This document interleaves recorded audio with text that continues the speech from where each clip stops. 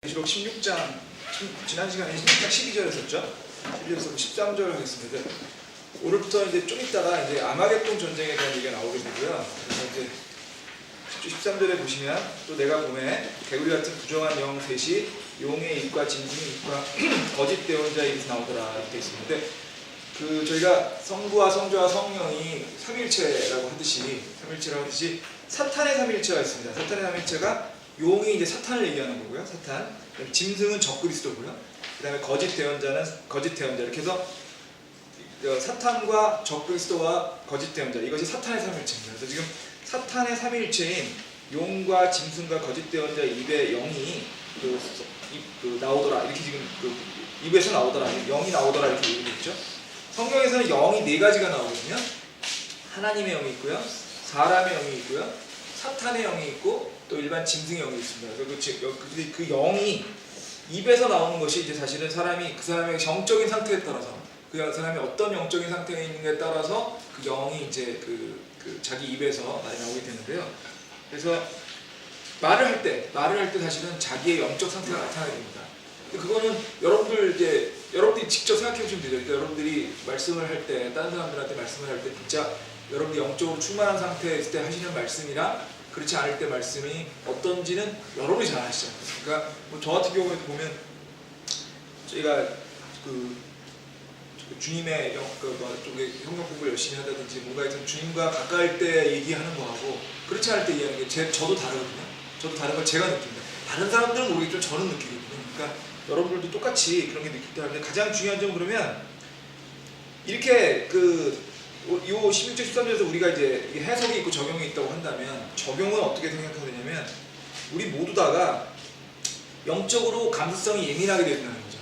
그러니까 우리가 우리의 입에서 어떤 영적인 게 나올지를 우리가 알기 위해서는 우리 스스로가 영적으로 민감한 상태가 되지 않으면 사실은 자기가 뭐 하는지 알 수가 없으니까. 그러니까 항상 그런 민감한 상태를 유지해야 된다는 것이 이제 해석이 될 수 있겠고요. 그래서 그렇게 인간 상태를 유지해야 되는 이유는 뭐냐면 결국은 모든 사람의 각자의 영적 상태에 대한 책임은 누가 지냐면 각자 지입니다.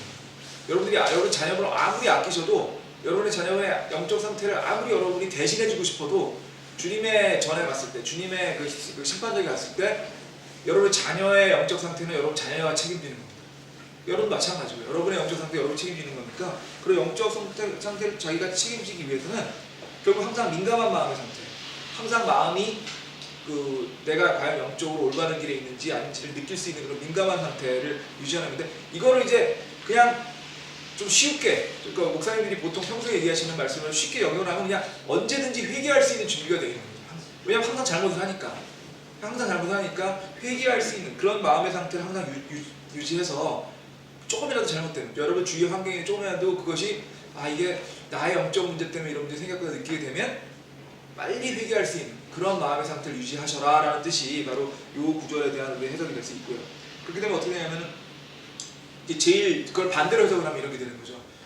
여러분 주위에서 여러분의 영적 상태가 떨어져가지고 많은 어려움이 오줌에도 불구하고 여러분이 민감하지 않으면 어떤 문제가 생기느냐 주님의 벌을 되풀이해서 받게 되는 거죠.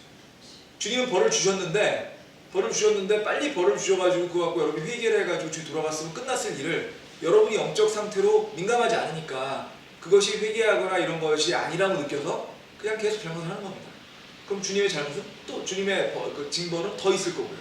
그러니까 그렇게 결국 여러분을 위한 거라는 얘기죠. 저를 위한 거라는 얘기죠. 이게 뭐냐면 영적인 상태를 유지해야만 저희가 주님의 회개를 주님의 반응에 따라서 빨리 회개할 수 있게 되고 회개하지 않게 되면 결과적으로 주님의 벌이 더 가속화되니까 그런 점에서 항상 이런 부분에 대해서 영적인 상태를 유지하자 이런 뜻이고요.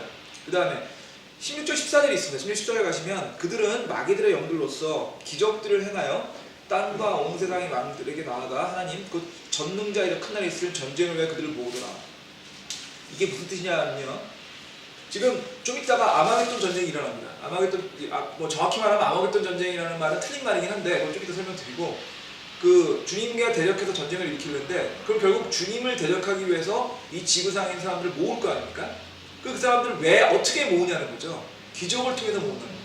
이게 굉장히 중요한 얘기인데 기적을 통해서 모은다는 뜻은 무슨 뜻이냐면 그 사람들이 이제 그 이 적그리스도를 따라간다고 한다면 적그리스도도 뭔가 특별한 게 보여야 될 겁니다. 뭔가 특별한 게 보여야 되는데 그 특별한 걸 보이기 위해서는 사람들이 가장 쉽게 믿는 거는 기적이니까 기적을 통해서 아 이게 이 적그리스도가 정말 대단한 사람이구나 느끼게 함으로써 적그리스도의 뜻에 따라서 주님한테 대항할 수 있는 그런 전쟁을 일으킬 수 있게 모이게끔 하는 건데 그럼 여기서 우리가 알 수 있는 건 뭐냐면요 기적을 일으키는 것이 항상 주님의 영 아니면 하나님의 영에 의한 것이 아니라는 거죠. 사탄의 영도 기적을 할 수 있다는 겁니다. 이게 굉장히 무서운 얘기입니다. 이걸 보면요 13, 계시록 13장을 잠깐 보실게요. 저희가 계시록 공부한 지가 하도 오래돼가지고 계시록 13장도 세 장밖에 안 되는데 이게 몇 개월 전 얘기입니다. 계속 13장을 보시면요 13장 3절 보시면 또 내가 봄에 그의 머리를 가운데 하나가 상처를 입게 되어 죽게 된 것 같이 더니 그의 치명적인 상처가 나음에 온 세상이 놀라며 그 짐승을 따르더라 이렇게 있죠. 제가 이거 계속 공부할 때 말씀드렸습니다. 많은 주석하는 주석자들에 의하면 이거는 마치 예수 그리스도께서 마치 십자가에 못 박혀 죽으셨다가 부활한 것 같은 거의 그 부활과 같이 완전히 죽은 줄 알았는데 다시 살아나는 이 정도의 기적일 것이다 라고 얘기를 많이 했다고 말씀드렸지 않습니까? 그러면 예수님이 죽었다 부활한 지 2000년이 넘었으면 지금도 예수님의 부활이 진짜니 아니냐 뭐 이런 얘기가 많이 있듯이 사실은 사람들이 그 진짜와 가짜를 구별하기가 어렵거든요. 그럼 이런 게 있었을 때 일반적인 사람들은 구별하기 어려울 거라는 거죠. 그러니까 사실 이거를 이제 착각하는 사람들 입장에서 보게 되면 야 예수님도 부활하셨고 저 적그리스도도 부활한 거 아니냐. 그 적그리스도의 저 놀라운 기적을 보면 적그리스도가 다시 예수님보다 더 우월한 존재가 아니냐. 뭐 이렇게 착각할 수도 있다는 겁니다. 기적을 사탄이 행했지만 속을 수 있다는 겁니다. 비슷한 구절이 또 있습니다. 13절 14절에 보시면요. 14절 보시면 13절부터 볼게요. 그가 큰 이적들을 행하며 심지어 사람들의 눈앞에서 불이 하늘로부터 그 땅 위로 내려오게 하고 또 그 짐승의 눈앞들에 큰 기적들을 행할 권능을 소유하며 또 기적들로 땅에 거하는 자들을 속이며 또 땅에 거하는 자들에게 말하며 그들이 칼로 상처를 입었다가 살아난 그 짐승을 위해 형상을 만들게 하더라. 지금 기적들을 행한다는 거 아닙니까? 그죠? 기적들을 행해가지고 사람들한테 미치게 한다는, 그러니까 그 사람들을 미혹시킨다는 거죠. 그러니까 여기서 이제 우리가 또 하나 알아야 될 건 뭐냐면 이게 우리가 이제 기적들을 행하는 것이 사탄의 영이다라고 하는 것들은 그래도 좀 뭐 그럴 것다 생각을 하는데 대부분의 사람들이 착각하는 게 아니었습니다. 그러면 병을 고쳐주는 거는 그건 주님의 거 아니냐고 생각을 많이 하십니다. 그러니까 예를 들면 하늘에서 불이 온다든지 아니면 우박이 내린다든지 뭐 이런 것들 기적은 사탄이 영위할 수도 있다. 뭐 그건 쉽게 믿습니다. 오히려. 그런데 그냥 여러분 부모님이 굉장히 심각한 암에 걸리셔가지고 돌아가시게 됐어요. 근데 어떤 분이 손을 대고 안수기도 해가지고 암이 낫다 이러잖아요. 그럼 여러분이 안수기도해서 나신 분을 믿으시고 싶겠습니까? 안 믿고 싶겠습니까? 병고침에 대해서는 거의 대부분의 사람들이 어떻게 착각을 하냐면 병고침은 주님의 뜻이라고 생각하세요. 병고침은 주님의 뜻이고 그 반대로 병은 사탄의 것이고 왜냐하면 병고침이 우리한테 직접적인 영향을 주니까. 근데 그렇지 않다는 겁니다. 그러니까 그러니까 정확히 말하면 믿기 어려운 게 아니라 믿고 싶지 않은 거죠. 믿기 어려운 게 아니라 믿고 싶지가 않은 거예요. 근데 이런 부분들이 어디에 나오냐면요. 병고침이 사탄적인 있는 거에 대해서 그냥 단적 얘기를 드리겠습니다. 몇 번 얘기 드린 거기 때문에 아시는 분들이 많으시겠지만 신약 성경에 나오는 분 중에서 가장 믿음이 강한 그리스도인이 누구냐? 물론 예수님과 비교할 수는 없겠지만 예수님의 가장 비슷한 사람이 누구냐? 사도 바울입니다. 사도 바울이 건강하지 않았습니다. 사도 바울이 사실 안수해가지고 병을 낫게 한 사람은 많아도 정작 본인은 건강하지 않았습니다. 사도 바울은 안질이 있었거든요. 아주 심각한 안질이 있었습니다.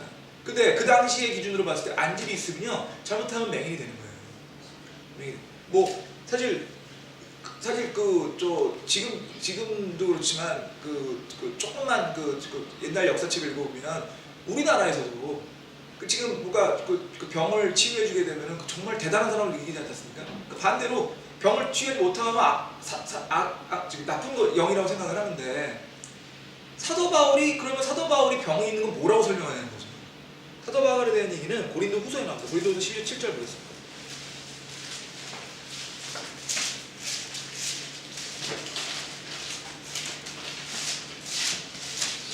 고린도후서 7장, 고린도 12장입니다. 죄송합니다. 고린도후서 12장 7절에서 9절까지.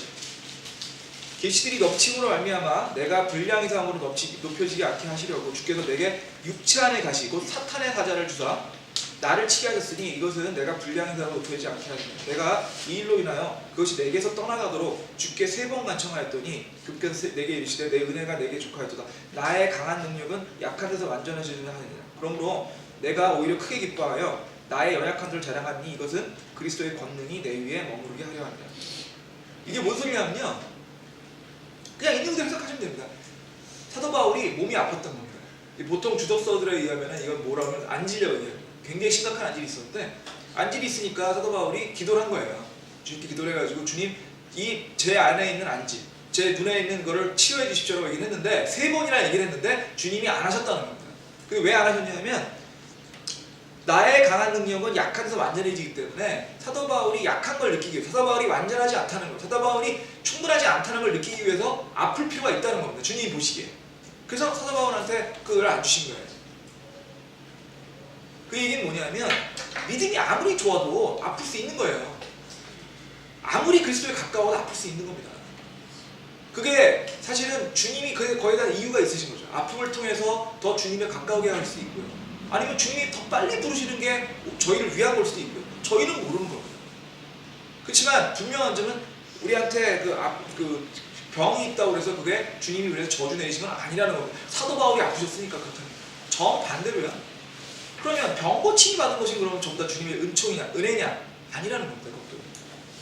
열왕기상 보시겠어요? 13장 33절. 열왕기상 13장 33절.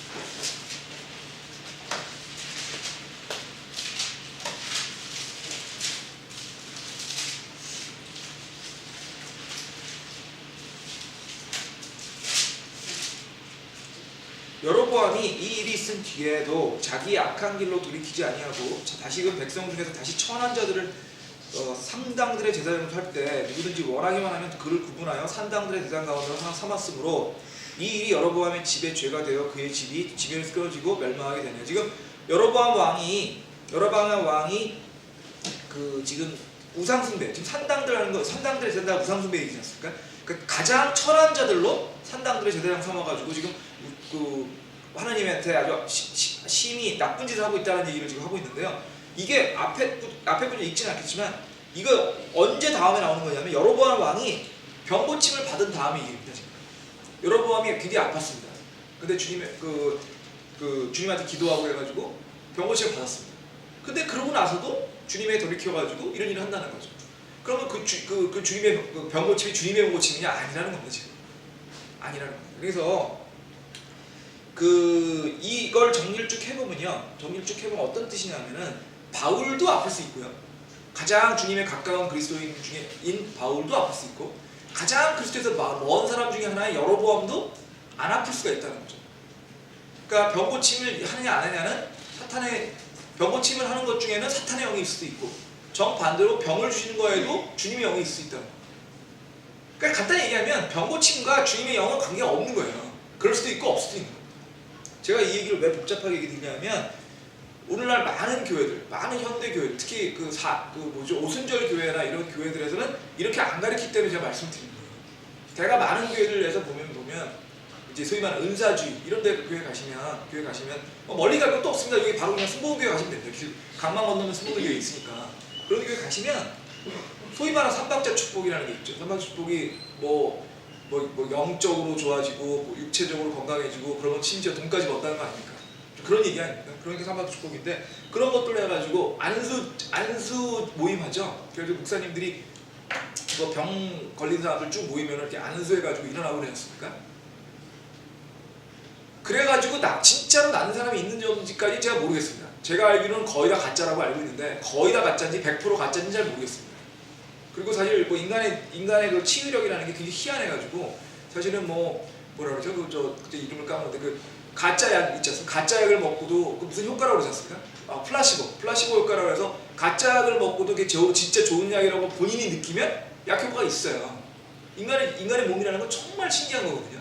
그러다 보니까 뭐 어떻게 되지 그런 뭐 은사주의 그런 교회 그런 느낌에서 본인이 그런 효과를 받지는 모르겠지만 분명한 점은 그런 자체, 그러니까 안수 기도를 통해서 병이 난다는 자체가 그렇게 성경적이진 않다는 겁니다. 아플 때 기도하는 건 나쁘다는 건 아니에요. 아플 때 기도하는 게 나쁘다는 건 아닙니다. 아플 때 기도하셔야죠, 당연히. 하지만 그 안수 기도나 이런 걸 통해 가지고 부흥회 열고 하는 것들이 성경적인 건 아니다. 왜냐하면 성경에서 사실은 그 치유의 능력은 반드시 하나님의 것이 아닐 수도 있기 때문에 그걸 하나님의 것으로 가서 파는 거는 극단적으로 얘기하면 하나님 장사라는 겁니다. 하나님을 통해서 장사하는 겁니다. 제가 이런 얘기를 하면은 이제 뭐 저 사람이 저렇게 생각하겠다 생각하실까봐 인용을 하나 또 하면 그 사랑의 교회라고 있죠. 저기 그 여의도 아니죠, 그렇죠? 서초동이죠, 서초동 사랑의 교회라는 교회가 굉장히 유명한 교회 중 제일 큰 교회 중에 하나. 이제는 순복음교회보다 더 크다고 그러더라고요. 사랑의 교회를 원래 만드셨던 목사님이 오카노 목사라고 부릅니다. 오카노 목사 지금은 딴 분이 하시죠. 뭐 오정현 목사인가 그런 분이 하신 걸로 알고 있는데 뭐 여러 가지 얘기가 있는 교회인데요. 그 오카노 목사 아드님이 계세요. 옥성호라고 하는 분인데 이 옥성호라는 분이 책을 썼습니다. 책을 뭐라고 썼냐면 마케팅에 물든 기독교라는 책을 썼습니다. 뭐 참고로 제가 읽어보지는 않았고요. 저는 요약해서 설명을 들었습니다. 그래서 그냥 제가 읽어본 건 아니라서 정확하게 다른 아니었는데 그 얘기를 이제 요약한 걸 설명을 들었는데요. 이 마케팅에 물든 기독교라는 책에서 그 옥성호 목사, 옥성호 형제죠. 그분이 뭐라고 얘기를 하냐면 현대 기독교에서 가장 문제는 마케팅이 너무 많다는 겁니다. 마케팅이 너무 많아서 문제라는 거예요. 영적인 건 저러도. 근데 그 얘기를 어떻게 이렇게 썼다고 하더라고요. 왜냐면 그 오카와 목사님 아들인 그 옥성호 형제가 미국에 유학을 갔답니다. 유학을 가가지고 미국에서 아마 그 경영학을 공부를 한 모양이에요. 이제 소위 말하는 MBA라는 걸 공부한 거죠. MBA를 공부를 하고 그 MBA를 공부하고 난 다음에 한국에 와서 목사님한테, 그러니까 자기 아버지죠. 자기 아버지인 목사님한테 그 제안을 했대요. 무슨 제안을 했냐면 교회가 부흥하기 위해서는 경영학적인 그런 그 마케팅 테크닉이 필요하다. 예를 들면 뭐 마케팅 테크닉이라는 게 어떤 거냐면요. 이마트에 가시면 1+1이 마케팅 테크닉이에요. 간단히 얘기하면 하나 더 드리지 않습니까? 그죠? 하나 더 주고 뭐 예를 들면 물건을 예를 들면 그 몇 개는 되게 싸게 팔잖아요. 뭐 돼지고기 삼겹살은 뭐 한 근에 1,000원, 500원 뭐 이렇게 해가지고 가면 삼겹살 사러 갔다가 따로 사는 거거든요. 그게 마케팅 효과입니다. 마케팅 그 전략 중에 하나거든요. 유인하는 거예요, 유인. 그래서 그런 뭐라고 하냐면 그 삼겹살 싸게 파는 걸 미끼 상품이라고 해요. 그래서 어느 그 뭐 이마트 아니라 월마트 이렇게 대형 마트에 가면 이렇게 싸게 파는 게 있어요, 항상. 그럼 그 싸게 파는 거 사게 올라와서 딴 거 사게 하는 거고요. 또 아니면 요즘엔 또 그런지 모르겠는데 옛날에는 백화점 같은 데 가면 저 미니버스 같은 거 공짜로 이렇게 돌잖아요. 그래가지고 저희 동네에서도 미니버스 저희 이초동 사는데 저희 동네 현대백화점에서 왔었어요. 압구정동에서. 저는 이제 그 미니버스 타고 압구정동 가서 우리 애랑 같이 가서 영화 보고 오고 그랬거든요. 공짜니까. 지금은 이제 그런 게 없어진 것 같더라고요. 근데 그렇지 않더라도 꾸준히 접어오죠. 공짜 주차권. 심지어는 요즘에는 공짜 KTX 티켓까지 준대요. 그럼 대구에서 온답니다. 대구에서 KTX 티켓 갖고 압구정동 저기 와가지고 장 보고 간대요. 그 공짜 티켓, 뭐 몇만 원짜리 티켓 하면 거기 가서 몇십만 원짜리 사고 가는 거예요. 다 인기 상품이거든요. 이게 마케팅 전략. 그래서 그런 마케팅 전략이 필요하다. 그럼 교회가 더 부흥할 수 있다. 교회를 부흥하기 위해서 마케팅 전략을 하겠다라고 얘기를 해서 자기가 이런 거를 회사를 만들어서 하겠다 해서 자기 직업을 교회 성장 컨설턴트라는 거로 붙였대요. 교회를 성장하기 위한 컨설턴트다. 그 마케팅 교육 배웠으니까. 그래서 이거를 모카와 목사님한테 보냈더니 모카와 목사님이 뭐라 했냐면 너 미쳤구나. 헛슬라 좀 나가. 이러셨다는 거예요. 정말 훌륭한 목사님이시죠. 그래서 그때는 아버지가 굉장히 미워하셨대요. 우리 아버지가 내가 이 교회 교회를 갖다 더 크게 해가지고 정말 큰 교회가 되게 하기 위해서 많이 배워서 하는데 우리 아버지 왜 저럴까? 이렇게 생각했다는 겁니다. 그런데 그런 과정에 그 이후에 계속 자기가 성경을 읽고 하는 과정에서 그 다음에 깨달았답니다. 자기가 했던 게 정말 잘못된 거라는 거. 오히려 현대 기독교에서 가장 문제는 자기가 생각했던 그런 마케팅 기법을 너무 많이 쓰고 있더라는 거예요. 벌써 너무 많이 쓰고 있어서 그래서 마케팅에 물든 기독교다라고 얘기를 했더라고요. 이분이 또 책을 뭘 썼냐면 방언에 대해서 썼습니다. 방언은 무엇인가. 그래서 그냥 결론은 한 줄로 요약을 하면 방언은 사기라는 거예요. 이 옥성호 씨 얘기하는 방언 사기라는 겁니다. 그 놀라운 거는 사랑의 교회는 제가 알기로는 상당히 이런 마케팅 기법을 쓰고 있어요 지금. 어제 오카마 목사님이 물러나시고 새로 오신 목사님은 그런 거 많이 쓰고 계시고, 제가 알기로는 방언도 하는 걸로 알고 있습니다. 뭐 제가 정확하지 뭐 100%는 모르겠어요. 그 교회를 안 다녀봐서 모르겠지만 제가 알기로는 근데 그 원래 설립하셨던 오카마 목사님 아드님은 뭐라 그러냐면 방언도 잘못됐고 방언도 사기고 그런 걸 통해서 어떻게 하는 거냐, 교회를 부흥하기 위해서 사람들 농락하는 거다 라고 썼다니까요. 근데 차마 오카마 목사님 아드님을 이단이다 아니면 사탄이다까지 얘기할 수가 없었던 모양이에요. 뭐 그렇겠죠. 오카마 목사님 그때 오카마 목사 살아가실 때, 지금 돌아가신 걸로 알고 있는데, 그러니까 그 대놓고 야 오카마 목사 아들은 사탄이다 이렇게 얘기를 못하니까 이렇게 평을 해달라는 겁니다. 어떻게 평을 하냐면, 잘 모르는 사람이 쓴 것 치고 잘 썼다. 그러니까 뭐라 그러죠? 정식으로 공부하지 않은, 기독교를 정식으로 공부하지 않은 사람 치고 잘 썼다. 이게 뭔 소리인지 모르겠어요 저는. 잘 썼다는 건지 못 썼다는 건지. 근데 하여튼 굉장히 그 맥락이 묘한 것 같아요. 그러니까 반대를 하고 싶은데 직접 반대를 하면 그러니까 그런 식으로 얘기를 한 것 같더라고요. 근데 현대 기독교에 이런 게 너무너무 많습니다. 생각해 보세요. 뭐 무슨 부흥회 가면은 뭐 그 제일 심한 게 이제 순복음교회죠. 순복음 같은 거 가면은 뭐 부흥회, 저는 그 유튜브에서 본 적이 있는데 뭐 그냥 벌떡벌떡 일어나고 막 뭐 좀 뭐죠? 뭐 휠체어 타고 왔다 일어나고 뭐 손에서 뭐 주먹 배에다가 손 대고서 배에서 뭐 끄집어내고, 그 어떻게 가능한지 저 도저히 모르겠어요. 그럼 배에서 뭐 끄집어내고 뭐 안수하니까 갑자기 말 못하는 사람이 말하고 막 그러더라고요. 그게 진짜인지 가짜인지까지는 제가 얘기드리고 싶지 않고요. 그게 뭐 그걸 진짜인지 아닌지 여러분이 판단하시는 얘기지만, 하나 말씀드릴 수 있는 건 성경적인 것이 아니고 제 의견이 아니라 오카마 목사 아들인 옥성호 씨의 옥성호 형제의 얘기에 의하면 다 사기고, 그런 사기를 통해서 뭐라는 거였냐면 교회를, 하나님을 장사한다는 거예요. 교회가 커지게 돼요. 교회가 돈 많이 벌고.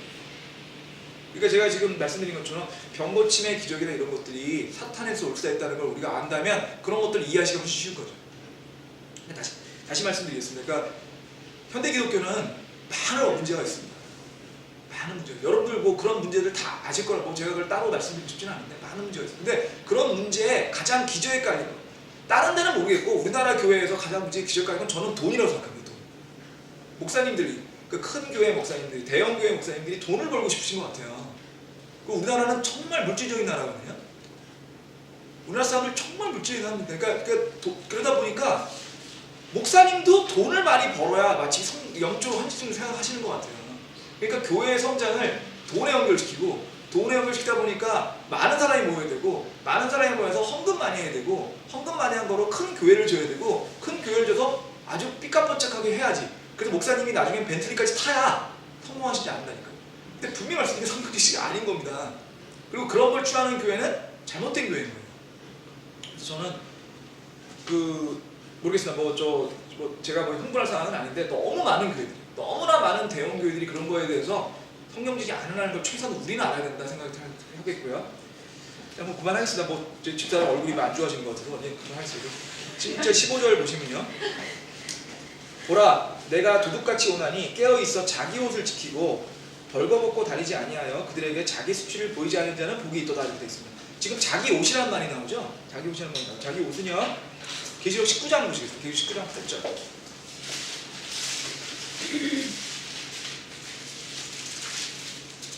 계시록 19장 8절에 보시면 그가 말하기를, 그죠 8절씩. 또 그녀가 깨끗하고 희고 고운 아마포 옷을 철에 입도록 허락하였으니 그 고운 아마포 옷은 성도들의 의니라 이렇게 되죠. 그러니까 지금 계시록에서 의라고 하는 거는, 또 성경에서 의라고 하는 건 자기 옷이라고 하는 거는 의를 상징하고 있습니다. 의를 상징하고 있습니다. 그리고 의를 상징하고 있어서요.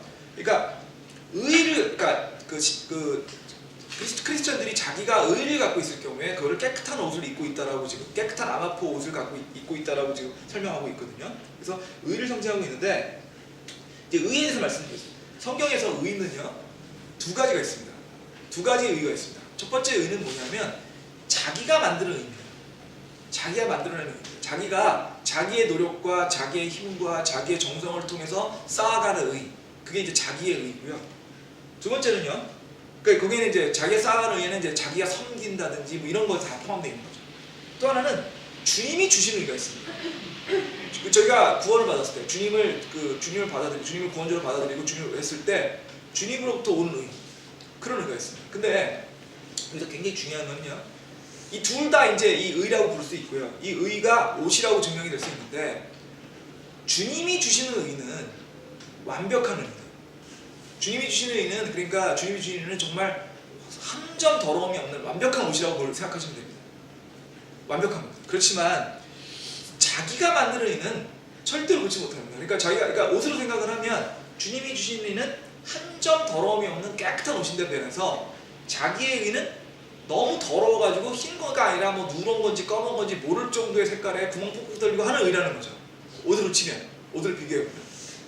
그런데 그러면 어떻게 되겠죠? 우리가 의를 받을 때, 주님 의를 받을 때는 당연히 주님의 의를 더 중요하게 생각을 해야 됩니다. 그런데 제가 이 얘기를 드리냐면, 사람들이 주님의 의를 받아들이기 전까지는 자기의 의가 얼마나 더러운지 잘 모른다는 겁니다. 그러니까 옷을 입고 있어요. 제가 옷을 입고 있는데 내가 짜서 만든 옷이라고 생각해보세요. 자기의 의니까. 그러니까 근데 그런 거 있지 않습니까? 자기가 한 거는요 더 애착이 갑니다. 자기 거는 남의 거보다 더 좋아 보여요. 자기 집 강아지는 옆집 강아지보다 더 예쁩니다. 자기 집 애는 옆집보다 이쁩니다. 안 그렇습니까? 다 그런 거 아닙니까? 자기 것도 이뻐요. 자기가 만든 옷도 더 이쁩니다. 자기가 만든 옷도 더 애착이 가죠. 그러다 보니까 자기의 의에 애착이 가면 어떻게 되냐면 새로운 옷에 대한 의지가 적어져요. 내게 입을만 하거든요. 이걸 제가 왜 얘기 드리냐면, 자기가 스스로 노력해서 의를 쌓아가지고 그 의가 높다고 생각하는 사람일수록 구원받기 어렵습니다. 자기 의를 쌓아가지고 자기 옷이 나름 깨끗해서 생각하는 거거든요. 내가 입을만한데? 이거 뭐 괜찮은데? 굳이 내가 옷을 더 새 옷을 입어야 되나? 내가 굳이 입고 깨끗한 뭐 주님의 옷을 입을 필요 없잖아. 내 옷으로 되니까. 주님 필요 없네. 사실 이 얘기를 하게 되면 이제 구원의 얘기를 드리는데요, 기독교에서 가장 쉬우면서도 가장 어렵게 받아들이는 것들이 구원입니다. 왜냐하면 다른 모든 소위 말하는 종교라고 하는 것은 자기의 노력으로 되거든요. 가장 대표적인 불교죠. 불교는 사실은 자기의 수련을 통해서 자기의 노력을 통해서 깨닫는 없다, 그거는. 그리고 그 깨닫게 됐을 때 자기도 하나님처럼 되는 거예요. 그게 불교의 아주 핵심적인 교리를 그냥 무식하게 요약을 하면 이렇게 되는 거예요. 자기가 한 것도 자기가. 근데 우리의 믿음은 자기가 할 수 없다는 걸 느끼는 거거든요.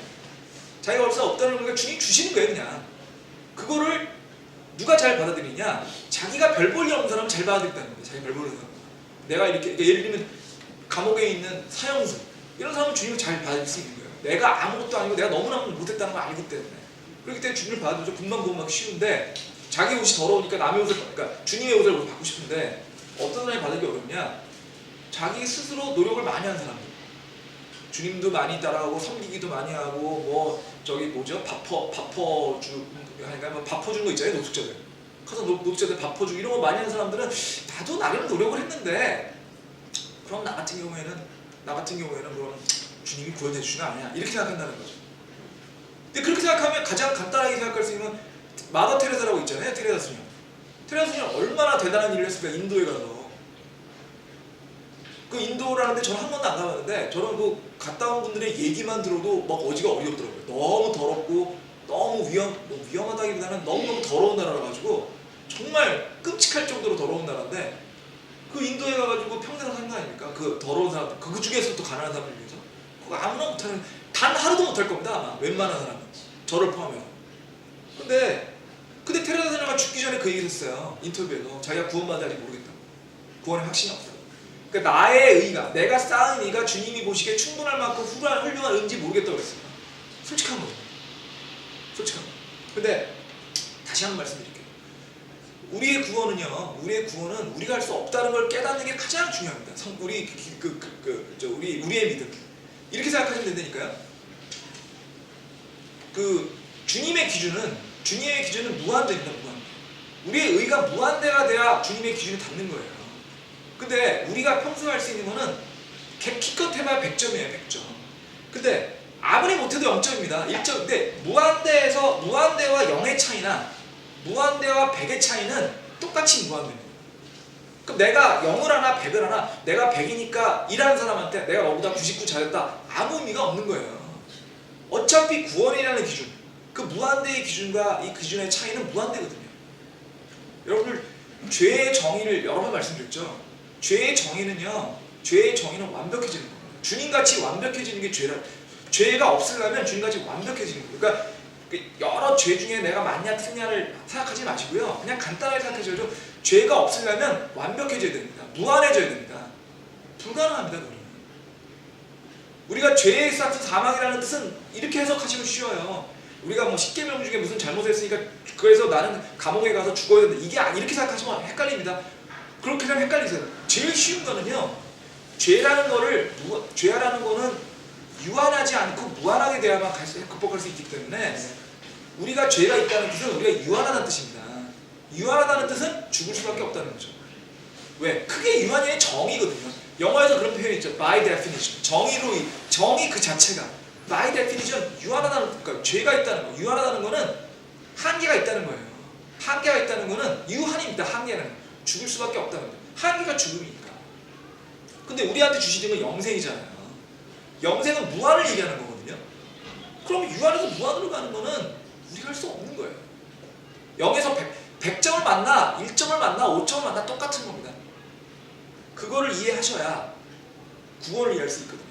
근데 다시 얘기 드리지만 그게 의하고 연결됩니다. 내 옷이 아무리 깨끗해도 주님의 완벽히 순결한 옷에 비하면 더러운 누더기도 아닌 누더기예요. 그러니까 그거를 이해하시고 내가 쌓을 수 있는 의로는 어느 경우에도 완벽한 주님의 의를 할 수 없다. 나의 옷은 주님의 의를 할 수 없다는 걸 이해하셔야만 주님의 의를 받아들이기가 쉬워집니다. 그게 이제 16절 15절에서 그러고 반대로 그걸 받아들이기만 하면요 그 다음에 뭐라고 되어 있죠? 16절 15절에 자기 수치를 보이지 않은 자는 복이 있도다. 주님이 주신 의의 옷을 입어서 그러니까 벌거벗은 자기 옷에 주님이 주신 옷을 입어가지고 자기 몸을 가린 사람은 수치가 없는 거잖아요. 수치가 없게 되는 사람한테 어떻게 된다고요? 복을 주십니다. 정리해 볼게요. 지금 우리는 어떻게 살아야 됩니까? 우리는 자기 옷을 지키고 벌거벗지 않아야 됩니다. 근데 자기 옷을 지키고 벌거벗지 않은 사람들을 계시록에서 얘기하는 거로 연결시켜서 설명을 하면 이런 거예요. 어떤 거냐면 주님의 영이 자기의 영을 지배하고 있고, 그러니까 내 몸에 주님이 들어오셔가지고 주님이 나를 통제하고 있고, 그럼으로써 내가 얘기할 때마다 내 말로 주님의 영이 나가게 하는 사람, 그런 사람이 바로 지금 자기 옷을 지키는 사람입니다. 그러니까 여러분들 몸에 성령님이 들어오셔서 여러분의 몸의 주인이 되셔야 되고, 그럼으로써 여러분이 말씀하시는 거에 성령님이 닿게 나가게끔 노력을 하셔야 돼요. 자기 옷을 지킨다고 해서 내가 뭐 옷을 지킨다고 생각하시는 게 아니지 않습니까? 그죠? 자기 옷을 지킨다는 뜻은 그렇게 하는 겁니다. 그리고요, 이렇게 되면 어떻게 되냐면 주님이 그런 사람들을 마지막 순간에 다 구해러 오신다는 거예요. 지금. 그러니까 지금 환난 성도들한테 주님이 위로의 말씀을 주시는 거죠. 이런 어마어마한 환난을 겪고 있지만 너희들이 너의 주님의 의를 옷을 입고 버티기만 한다면 주님이 너희들을 구원하러 오실 겁니다. 마태복음에 그 얘기가 이미 나옵니다. 마태복음 24장 43절 보시면요.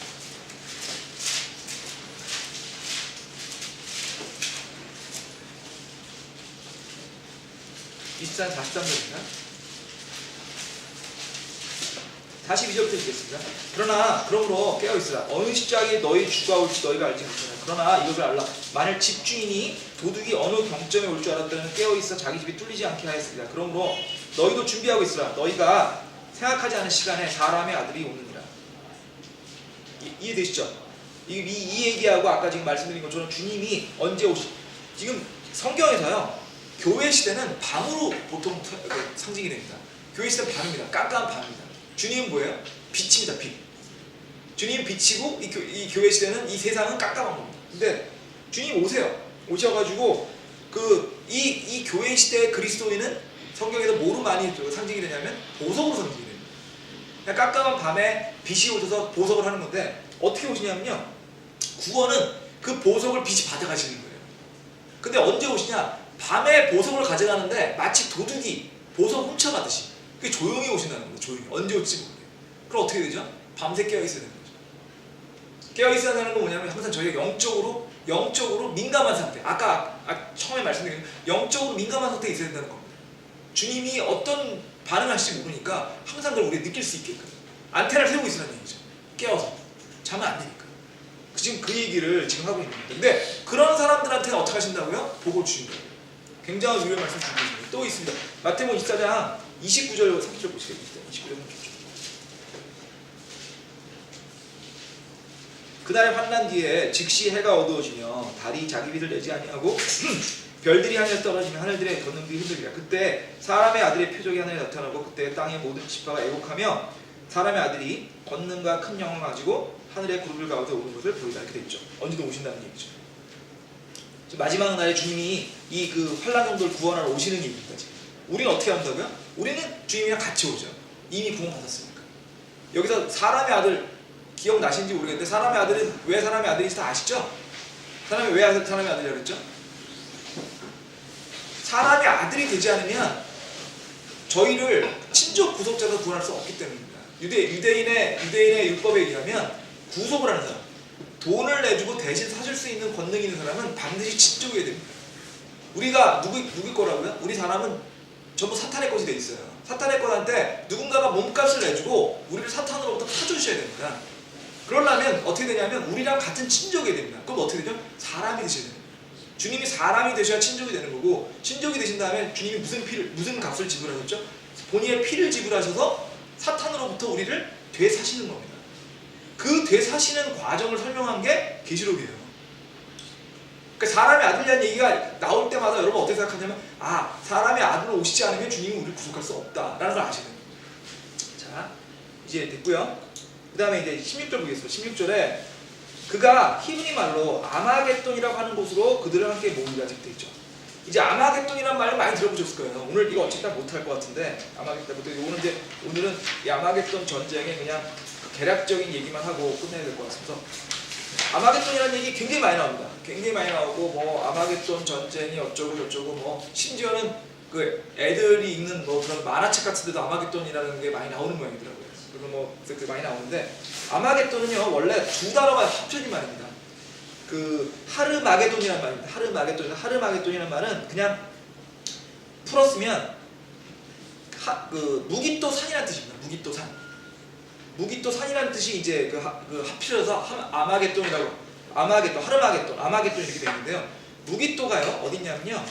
혹시 그 성경 여러분 가지고 계시면 성경 뒤에 지도 혹시 붙어 있으면 지도 보시고, 지도 아니시면 제가 봐드릴게요. 이게 이제 성경에 있는 지도거든요. 보이시는지 모르겠는데 그냥 이게 눈들 좋으신 분은 여기 바다가 그러니까 이제 호수가 두 개 있죠. 요 맨 위에 있는 호수가 갈릴리 호수입니다. 갈릴리 호수는 다 아시죠? 예수님이 사역하시던 갈릴리 호수입니다.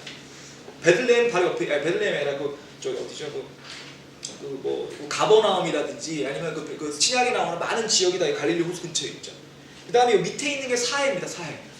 그 소금으로 많이 같은 그 사해고요. 그 사이에 흐르는 요 얇은 강이 요단강입니다. 요단강을 직접 본 사람들의 표현에 의하면 개울같이 생겼대요. 한강 생각하시면 안 됩니다. 조그만 강입니다. 조그만 강. 그래서 이 요단강이 있고요. 무기또가 이름 제가 동그라미 쳤습니다. 여기가 무기또예요. 어떻게 보시면 되냐면 갈릴리 바다로부터 갈릴리 호수로부터 그 7시나 8시 방향 되는 것 같아요. 한 7시 방향? 7시 방향? 그러니까 남서쪽이죠. 남서쪽. 갈릴리 바다의 남서쪽에 있습니다. 여기 있는 지역입니다. 그러니까 다시 얘기 드리면 실제로 있는 지역이에요. 무기또는 실제로 있는 지역이고 상당히 오랫동안 있었던 지명이 나오는 지역. 그러니까 성경이 굉장히 자주 나오는 지명 중에 하나입니다. 무기또가. 그러니까 아마겟돈에서도 대단한 데가 아니라는 거예요. 그 무기또예요. 무기또를 얘기하는데 이 무기또는 또 어떠냐면은 그 에스리엘 계곡이라고 하는 계곡 지역이 있습니다. 그래서 그 계곡 지역의 맨 서쪽입니다. 그래서 에스리엘 계곡으로 들어가려면 무기또산을 지나가야 됩니다. 그래서 에스리엘 계곡의 앞에 있는 부분이 무기또고요. 그래서 실제로 전쟁은 어디서 일어나냐면, 그러니까 이 전쟁이라고 하는 거는 적그리스도가 모은 그 많은 이 지상에 있는 병력과 이제 그 주님과의 전쟁, 그 마지막 전쟁이 있는 지역은 에스리엘 계곡에서 있습니다. 무기또가 아니고요. 아마겟돈이 아니고 에스리엘 계곡. 그러니까 정확히 말씀드리면 아마겟돈 전쟁이라는 건 없는 거예요. 아마겟돈에서 전쟁한 적이 없어요. 전쟁은 에스겔 계곡에서 있어요. 그래서 어떤 주석가들은 아마겟돈 전쟁이라고 안 부릅니다. 그냥 주님과의 전쟁이라고 부르지 아마겟돈 전쟁 안 부르거든요. 근데 편히 사람들이 많이 아마겟돈 전쟁 하긴 하죠. 근데 정확히 말하면 틀린 말이고, 아마겟돈은 지금 말씀드린 것처럼 에스겔 계곡의 앞부분에 있는, 에스겔 계곡의 앞부분에 있는 땅이고요. 근데 이 부분, 이 지역이 그 구약에 여러 번 나옵니다. 구약에 여러 번 나오고 또 설명이 많이 나와 있어가지고요. 근데 요 설명들을 할 수 있는 시간이 뭐 한 대까지 하고 안 되면 다음 시간에 하겠습니다. 일단 스가랴서 잠깐 보겠습니다. 스가랴, 학계 스가랴 말라죠. 스가랴서 12장에 보시면 스가랴, 학계 스가랴, 그 구약의 거의 제일 마지막입니다. 그 스가랴서 12장에 9절에서 12절 보겠습니다. 9절 10절. 학계 스가랴 말라죠. 또 그날에 내가 예루살렘을 치러 오는 모든 민족들을 멸하라 하리라. 내가 다윗의 집과 예루살렘의 거주민들 위에 은혜의 영과 강구하는 영을 부어주리니 그들이 나 곧 자기들을 찌른 자를 바라보고 사람이 자기 외아들을 위하여 애곡하듯 그를 위하여 애곡하며 사람들이 자기의 처음 난 자를 위하여 몹시 슬퍼하듯 그를 위하여 몹시 슬퍼하려다. 그날에 마치 무깃도 골짜기에 하다드림몬에서의 애곡과 같은 큰 애곡이 예루살렘에 있으리라. 지금 무깃도 골짜기에서 지금 전쟁이 있어서 전쟁에서 주님이 어떻게 하시냐면 예루살렘에 치러 오는 모든 민족들을 멸하시겠다는 겁니다. 지금.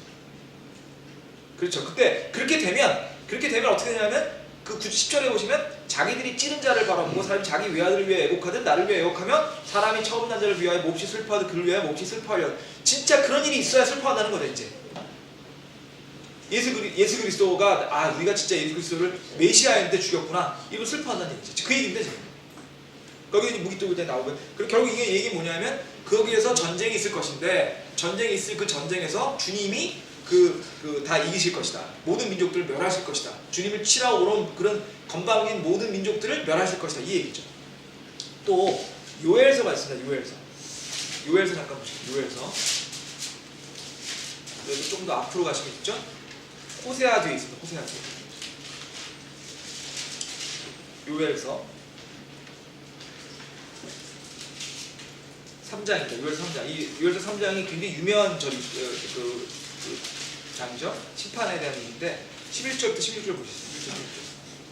오 모든 이교도들아, 너희는 집결할지어다. 올지어다. 사방에서 함께 모일지어다. 오 주여, 주의 강한 자들이 여기로 내려오게 하옵소서. 이교도들은 깨어서 여호사밧 골짜기로 몰려올지어다. 내가 거기에 앉아서 사방의 모든 이교도를 심판하리라. 너희는 낫을 대라. 수확할 것이 이것도다. 너희가 와서 밟으라. 포도주틀이 가득 차고 기름진 것들이 흘러넘치며 그들의 사악함이 크도다. 주의 날이 판결 골짜기 안에서 가까우므로 많은 무리가 판결 골짜기 있도다. 해와 달이 어두워지며 별들이 빛을 내린 것을 거두려다. 주가 또한 시온에서 부르시며 예루살렘으로부터 자신의 목소리를 내리니 하늘들과 땅들이 흔들려오다. 그러나 주가 자신의 백성의 소망이 되며 이스라엘 자손의 힘이 되려다. 이렇게 되어 있습니다. 여기서 지금 여호사밧 골짜기가 나오고 있죠. 이 여호사밧 골짜기가 지금 바로 에스겔 계곡을 얘기하고 있습니다. 예수를 요구하고 있고요. 지금 어떻게 되고 있냐면 그 예수의 계곡에서 모든 이교도를 심판하자는 얘기죠. 모든 이교도를 심판하시고 그 심판하는 것이 마치 낫을 대고 포도를 자르듯이 심판하실 거고, 그걸 와서 밟아서 포도즙이 넘쳐 흐르게끔 하겠다는 겁니다. 지금 저희가 그 계시록에 몇 번 봤죠. 포도즙이 넘쳐 흐르는 게 포도가 그 진노회를 상징한다고 말씀드렸잖아요. 그래서 진노의 포도, 스타인백의 소설 분노의 포도라고 되어 있는 소설의 그 분노의 포도가 바로 성경 구절에 나오는 진노의 포도에서 나온 말이라고 말씀드렸잖아요. 그 포도주의 바로 그 진노를 상징하고 있거든요. 그러니까 이교도들이 주님한테 반발할 텐데 그 반발하는 이교도들은 어떻게 할 거다? 이 계곡 여호사밧 골짜기에서 전부 다 심판하실 거다. 전부 멸하고 심판하실 거다. 얘기하고 있는 거예요. 근데 제가 이게 성경 구절을 이렇게 왔다 갔다 하는 설명을 드리니까 여러분들 그냥 보시기에는 뭐 그러려니 생각을 하실 텐데, 여기서 여러분이 아셔야 될 게 요엘서가 쓰여진 시점은 BC 600년입니다. BC 600년. 근데 계시록이 쓰여진 시점은 언제라고요? AD 95년입니다. 지금 언제 시차가 있냐면 700년의 시차가 있어요. 700년의 시차. 근데 기본적으로 똑같은 얘기를 거의 같은 말로 설명하고 있다는 거죠. 지금 시간이 다 돼서 아무래도 요엘서 부분은 다음 시간에 다시 한번 제가 설명을 좀 드리고요. 이 정도 해서 오늘 마치도록 하겠습니다. 수고하셨습니다.